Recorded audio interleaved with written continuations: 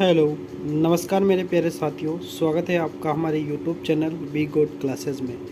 तो शुरुआत करते हैं अपन आज का जो पहला क्वेश्चंस, जो कि अपना बेसिक इलेक्ट्रिसिटी जो चैप्टर है उसका पहला क्वेश्चंस रहेगा। क्वेश्चनों को ध्यानपूर्वक देखना, क्वेश्चनों को अच्छी प्रकार से समझना, क्योंकि यही क्वेश्चंस आपके आने वाले हैं और इनको रटना सीखना है। किसी भी तरीके से आप इनको ज़रूर याद कर लेना, क्योंकि वहाँ ऐसा नहीं होना चाहिए कि पढ़ा हुआ भी आप गलत करके आ जाएं। ठीक है। तांबे के परमाणु के तीसरे कक्ष में कितने इलेक्ट्रॉन होते हैं? देखिए यहाँ पर पूछा गया है कि तांबे के जो परमाणु की जो तीसरी कक्षा होती है उसमें कितने इलेक्ट्रॉन होते हैं। तो उसमें इलेक्ट्रॉनों की संख्या 18 होती है। ठीक है, 18 होती है। सी ऑप्शन यहाँ पर कम्प्लीटली सही आंसर रहेगा। कैसे होती है तो मैं आपको बता देता हूँ कि तांबा जो होता है इसकी जो परमाणुओं की टोटल संख्या होती है वह होती है 29। ठीक है, तो पहली क्लास होती है के एल, ये second M N O P, इस प्रकार से होता है। तो पहली क्लास कक्षा का 1 होगा, दूसरी कक्षा का 2, तीसरी कक्षा का 3, चौथी कक्षा का 4, 5, 6, इस प्रकार से चलेगा। तो यहाँ पर क्या होगा, इसका एक फॉर्मूला है जो कि है 2n²। ठीक है, 2n²।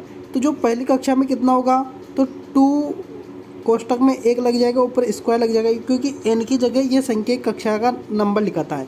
तो कक्षा 1 का है तो n की जगह 1 लिख दिया अपन ने। तो क्या हो जाएगा हल निकाल के, तो बराबर क्या आएगा यहाँ पर आएगा 2। ठीक है, क्योंकि 1 का स्क्वायर 1 होगा और 1 को जब 2 से गुणा करेंगे तो 2 आ जाएगा।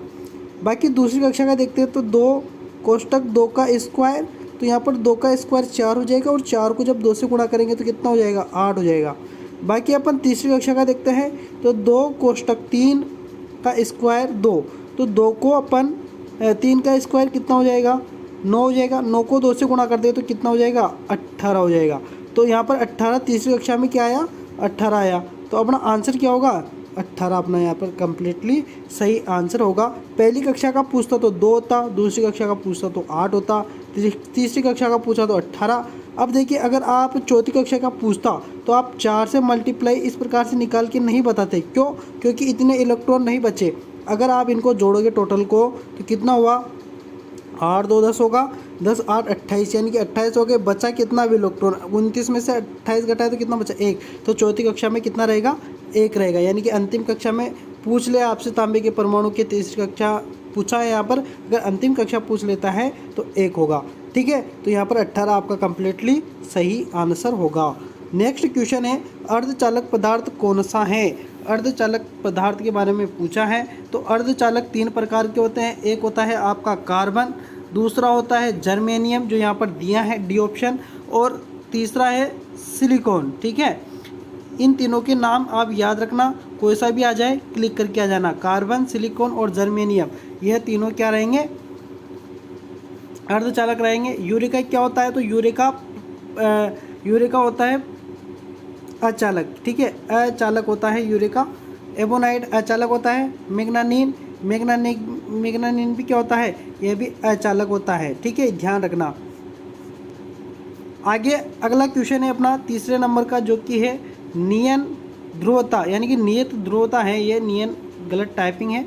नियत ध्रुवता संकेतक का एसी आपूर्ति जांचते समय संकेत क्या होता है? तो जांचते समय संकेत क्या होता है, तो होता है वह दोनों इलेक्ट्रोड जलते हैं। दोनों इलेक्ट्रोड क्या होते हैं, जलते हैं। अगला जो क्वेश्चन है वह है 500 वाट के लैंप को 5 घंटे जलाने पर विद्युत ऊर्जा की खपत की यूनिट में निकाले।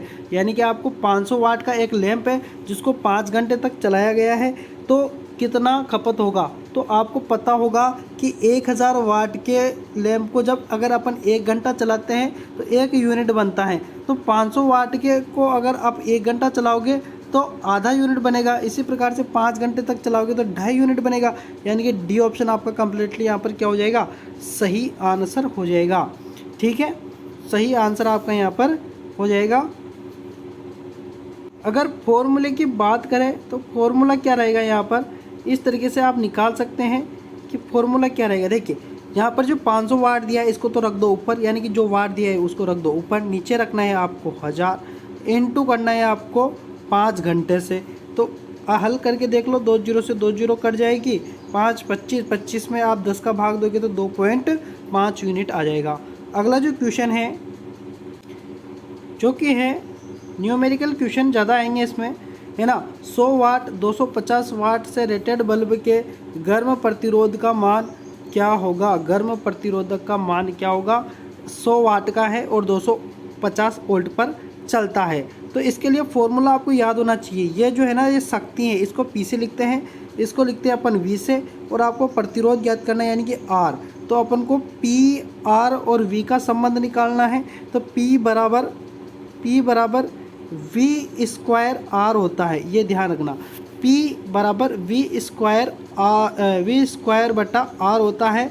तो इसके लिए आप देखिए 250 दिया है तो 250 इंटू 250 लिखेंगे, क्यों, क्योंकि स्क्वायर दिया है, बटा में R अपन को क्या करना है, ज्ञात करना है। अगर अपन इसको हल करना है तो अपन इस फॉर्मूले को ऐसे लिख सकते हैं, P की जगह लिख देंगे R, क्योंकि R P की जगह आ जाएगा, V स्क्वायर बट्टा P हो जाएगा, है ना, ये ध्यान रखना। ये ऐसे भी लिख सकते हो, R ज्ञात करना है तो R बराबर V स्क्वायर बट्टा P ऐसे भी लिख सकते हो। तो P का मान कितना है अपने पास, 100 है, तो इस 100 को लिख दिया, 0 से 0 कट गया, इस 0 से 0 कट गया। 25 को जब आप 25 से गुणा करोगे तो 625 आएगा। तो 625 किस ऑप्शन में दिया है, डी ऑप्शन में दिया है।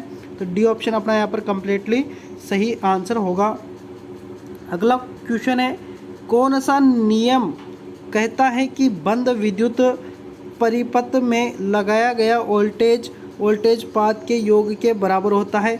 यह किरचॉफ का नियम कहता है। किरचॉफ के 2 नियम हैं, एक धारा वाला है और एक है वोल्टेज वाला।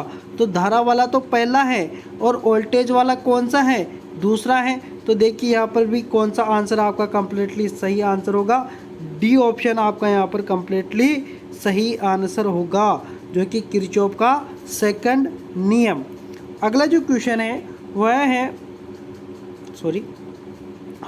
अगला जो क्वेश्चन है 200 वाट 240 वोल्ट के 2 लैंप 250 वोल्ट आपूर्ति से श्रेणी में जुड़े हुए हैं, तो कुल शक्ति ज्ञात कीजिए। देखिए यहाँ पर आपको कुल शक्ति ज्ञात करनी है, लेकिन लैंपों को किस क्रम में जोड़ा गया है, श्रेणी क्रम में जोड़ा गया है ना, श्रेणी क्रम में जोड़ा गया है। तो देखिए यहाँ पर 200 वाट का है तो कुल शक्ति ज्ञात करें, तो दोनों में देखिए 200 वाट का है तो श्रेणी में इस तरीके से जोड़ेंगे, एक लैंप यहाँ पर, एक लैंप यहाँ पर, और इसको 240 वोल्टेज देंगे। 40 वोल्टेज देने पर जब बल्ब में वोल्टेज आएगा तो इसमें जाएगा 120 वोल्ट और एक इसमें भी जाएगा 120 वोल्ट। क्यों जाएगा, क्योंकि लैंप में को आप श्रेणी क्रम में लगाते हो तो वोल्टेज बट जाता है, दोनों सेम है, 200 वाट के हैं तो 120 इसमें जाएगा, 120 इसमें जाएगा। अब वोल्टेज कम जा रहा है ना, तो 200 वाट का जो ये है ना सिस्टम, वह अब बल्ब 100 वाट की तरह कार्य करेगा। तो यहाँ पर क्या हो जाएगा, 100 वाट हो जाएगा। तो बिजली खपत क्या हो जाएगी, 100 वाट हो जाएगी। बिजली खपत क्या हो जाएगी, 100 वाट हो जाएगी। बी ऑप्शन कम्प्लीटली सही आंसर। अगला जो क्वेश्चन है वह है, यदि 3 प्रतिरोध R1, R2 और R3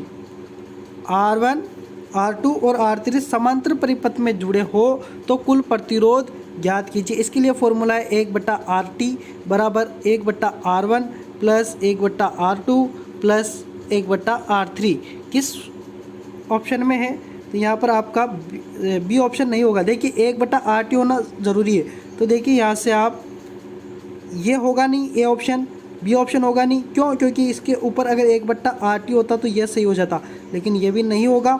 अगला देखिए यहाँ पर सी ऑप्शन भी नहीं होगा। आगे यहाँ पर जो अपना आंसर होगा देखिए ये वाला होगा। कौन सा वाला, तो कौन सा वाला सही होगा, यहाँ पर डी ऑप्शन जो है वह सही आंसर होगा, है ना, क्योंकि यहाँ पर वो जो ऊपर एक था ना, इसको पलटने पर ये एक यहाँ से यहाँ आ गया, ठीक है। तो यहाँ पर डी ऑप्शन आपका कम्प्लीटली सही आंसर हो जाएगा।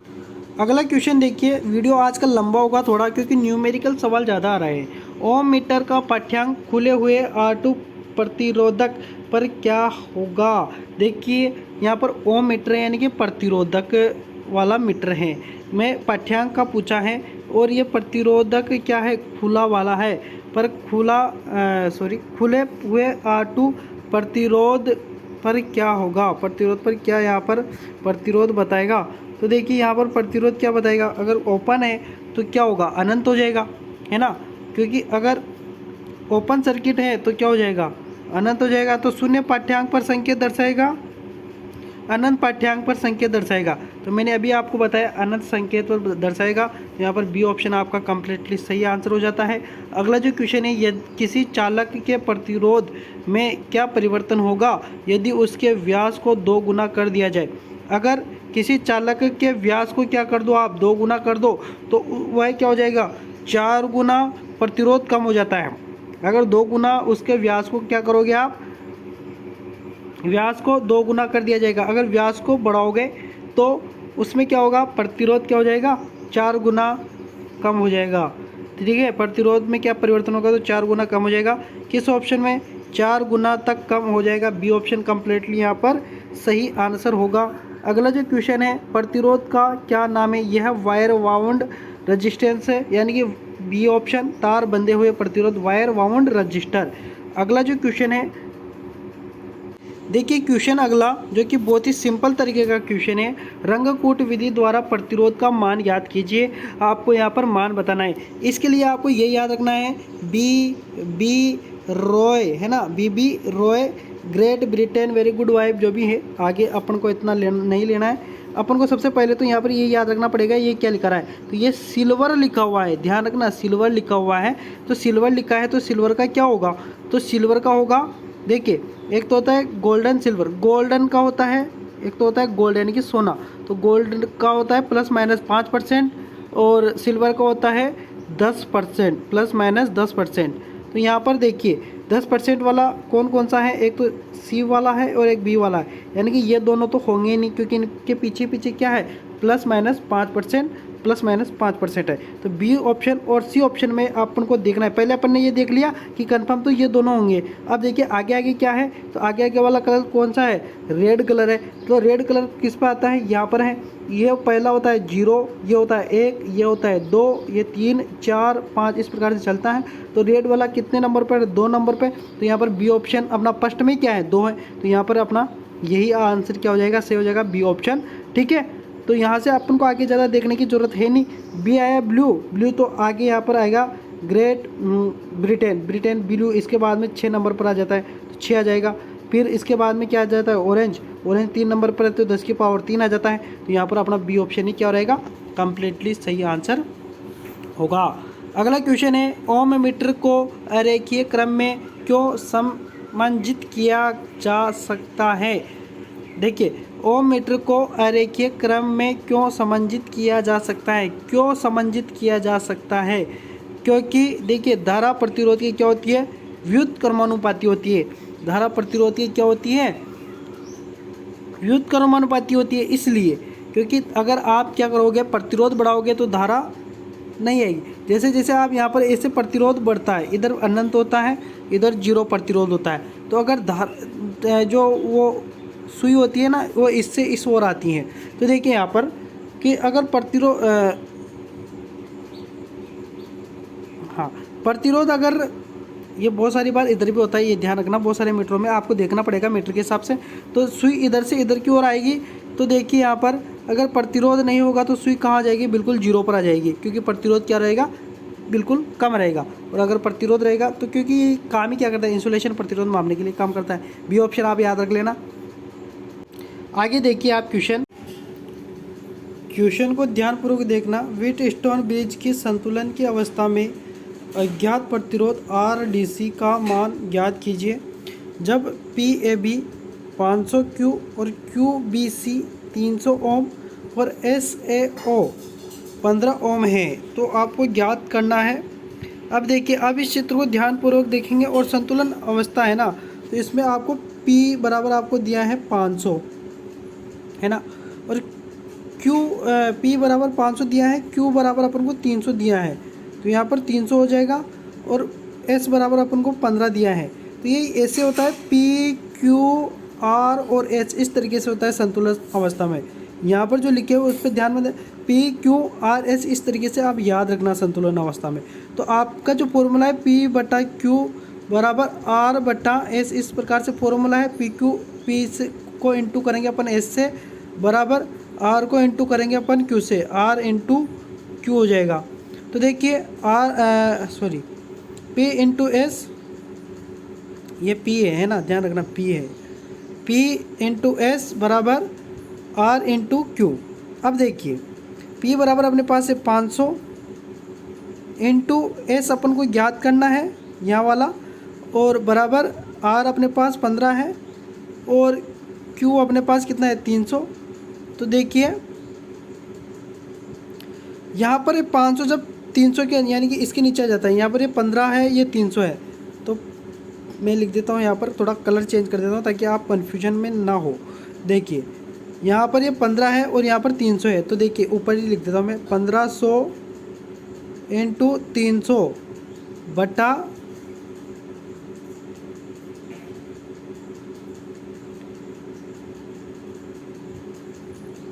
बटा 500 आ जाएगा। तो ये 500, ठीक है। 300 जीरो से जीरो कट जाएगी, 5 से 3 बार कटेगा, 3 को जब अपन 3 से गुणा करेंगे तो क्या आ जाएगा 9 आ जाएगा। तो अपना 9 ऑप्शन जो भी होगा ना वो सही रहेगा, यानी कि बी ऑप्शन अपना क्या रहेगा यहाँ पर सही आंसर होगा। अगला जो क्वेश्चन है वह है किस पदार्थ में ऋणात्मक तापमान गुणांक का गुण होता है। कौन सा पदार्थ होता है जिसमें ऋणात्मक तापमान गुणांक का गुण होता है? तो वह जो होता है वह ए ऑप्शन, यानी कि जो आपका अभ्रक है वह तापमान गुणांक का गुण हो इसमें होगा, है ना। क्योंकि देखिए यह अचालक होता है, यह क्या होता है अचालक होता है। यह प्रतिरोध होता है, यह भी प्रतिरोधक ही होता है, लेकिन इसमें गुण होता है। ये प्रतिरोधक होता है लेकिन ये अर्ध प्रतिरोधक होता है, इसमें धारा बहती है ना। और ये तांबा जो होता है ये तो चालक होता है, और मैग्नीन भी क्या होता है यूरेका की तरह ही होता है, ठीक है। लेकिन इसमें क्या होता है यूरेका जो चालक भी है, इसको प्रतिरोध भी कह सकते हैं, चालक भी कह सकते हैं, लेकिन इनमें तापमान का कोई प्रभाव नहीं पड़ता। उसी प्रकार से जो मैग्नीन है इन पर भी तापमान का कोई प्रभाव नहीं पड़ता। यूरेका और मैग्नीन इन पर तापमान का कोई प्रभाव नहीं पड़ता, लेकिन अभ्रक जो अचालक पदार्थ है इस पर तापमान का प्रभाव पड़ता है। इसमें क्या होता है तापमान जैसे आप बढ़ाते हो तो इसका जो अचालक का गुण है वह समाप्त होने लग जाता है और ये चालक बन जाता है। तांबा जो है वह ऑलरेडी चालक है, ठीक है। तो इसमें उल्टा होता है कि इसमें आप तापमान बढ़ाओगे तो प्रतिरोध बढ़ता रहेगा, चालकता इसकी खत्म होती जाएगी। तो इस तरीके से आप इनका याद रखना, ठीक है। अगला क्वेश्चन है ओम के नियम से संबंधित विद्युत राशियाँ कौन सी हैं? ओम के नियम से संबंधित विद्युत राशियाँ जो है वह कौन सी है? तो वह है धारा, वोल्टेज और प्रतिरोध। करंट, वोल्टेज और रेजिस्टेंस, यह राशियाँ हैं ओम के नियम से संबंधित। जैसे कि V बराबर IR होता है इस हिसाब से, ठीक है। क्वेश्चन है अपने सामने, समांतर परिपथ में R2 का मान ज्ञात कीजिए। अपन को यहाँ पर 8 ओम दिया है, यहाँ पर 3 ओम दिया है, R2 का ज्ञात करना है। 24 अपन को वोल्टेज दिया है, 15 अपन को एम्पेयर दिया है। देखिए अपन सबसे पहले इसकी एम्पेयर और इसकी एम्पेयर निकालते हैं। अपन को पता है तीनों समांतर क्रम में, तो सभी 24 वोल्ट ले रहे हैं, वोल्टेज तो सभी समान लेंगे ना, तो सभी 24 वोल्टेज ले रहे हैं। धारा अपन निकाल लेते हैं। धारा कैसे निकाल पाएंगे? देखिए यहाँ पर जैसे ही 24 वोल्ट है, 3 का प्रतिरोध है, तो 8 या 24, यानी कि यहाँ पर 8 एम्पेयर यह ले रहा है और 3 एम्पेयर यह ले रहा है, क्योंकि 8 या 24 होता है। 3 एम्पेयर ये ले रहा है, 8 एम्पेयर ये ले रहा है। क्यों? देखिए कैसे निकालते हैं, मैं आपको बता देता हूँ। धारा निकालने का फॉर्मूला I बराबर V बटा R होता है। तो अपन ने V का मान 24 है और R अपने पास 3 है, तो 24 में अपन ने 3 का भाग दिया तो 8 आया। उसी प्रकार से अपन ने 24 में 8 का भाग दिया, 3 आया।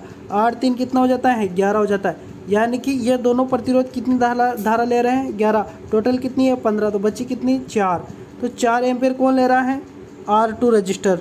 तो यह 4 ले रहा है, तो अपन को ज्ञात क्या करना है? प्रतिरोध। तो आर बराबर का जो फॉर्मूला है वह है अपने पास वी बट्टा आई। वी कितना है अपने पास 24, आई कितना है अपने पास 4 है। तो 4 का भाग देंगे 8 दिए 24, कितना आया 8। कितने का होगा ये 8 का। ऑप्शन देख लेते हैं, डी ऑप्शन कंप्लीटली अपना सही आंसर। अगला क्वेश्चन जो कि एक शाखा खुली होने पर समांतर परिपथ में क्या प्रभाव होगा। धारा समान बनी रहेगी, पूरा परिपथ कार्य नहीं करेगा। उस शाखा देखिए ऐसी सिचुएशन नहीं होती, समांतर में है तो आप बल्ब को बंद कर दो तो क्या पंखा थोड़ी बंद हो जाएगा, पंखे को बंद करोगे तो क्या आपकी टीवी थोड़ी बंद हो जाएगी, तो पूरा परिपथ कार्य नहीं करेगा, ऐसा थोड़ी होता है। वो अपने घर की लाइट किस में होती है, समांतर क्रम में, तो ऐसी सिचुएशन नहीं आएगी, ध्यान रखना। उस शाखा में धारा नहीं बहेगी बिल्कुल। अगर आप पंखे का स्विच बंद करोगे तो पंखे में धारा नहीं जाएगी, बल्ब का स्विच बंद करोगे तो बल्ब में धारा नहीं जाएगी, यानी कि अपना सी ऑप्शन सही हो सकता है। धारा समान बनी रहेगी ऐसा नहीं होगा। अगर आप लोड कम ज़्यादा करोगे तो धारा में परिवर्तन अवश्य आएगा। जिस सर्किट का आपने बंद किया है उसका क्या हो जाएगा, धारा लॉसेस हो जाएगा, ठीक है। खुली शाखा में वोल्टेज पाथ बढ़ जाएगा, ऐसा थोड़ी होता है। जब आप काम ही नहीं ले रहे तो वोल्टेज पाथ कहाँ से बढ़ जाएगा, सी ऑप्शन रहेगा यहाँ पर सही आंसर, ठीक है। आगे जो क्वेश्चन है, प्रतिरोधकता की क्या इकाई है। प्रतिरोधकता की इकाई पूछी गई है, ओम मीटर है। सी ऑप्शन कंप्लीटली यहाँ पर भी सही आंसर हो जाएगा। अगला जो क्वेश्चन है, सर्किट ब्रेकरों में आर्क समन सुरक्षा के लिए किस प्रकार के प्रतिरोधक का उपयोग किया जाता है। किस प्रकार के प्रतिरोधक का उपयोग यहाँ पर किया जाता है, तो वेरिएस्टर नामक प्रतिरोध का उपयोग किया जाता है। यहाँ पर एक फुल फॉर्म दी है, ये भी आप याद रखना। LDR की फुल फॉर्म क्या होती है, लाइट डिपेंडेंट रजिस्टर होता है।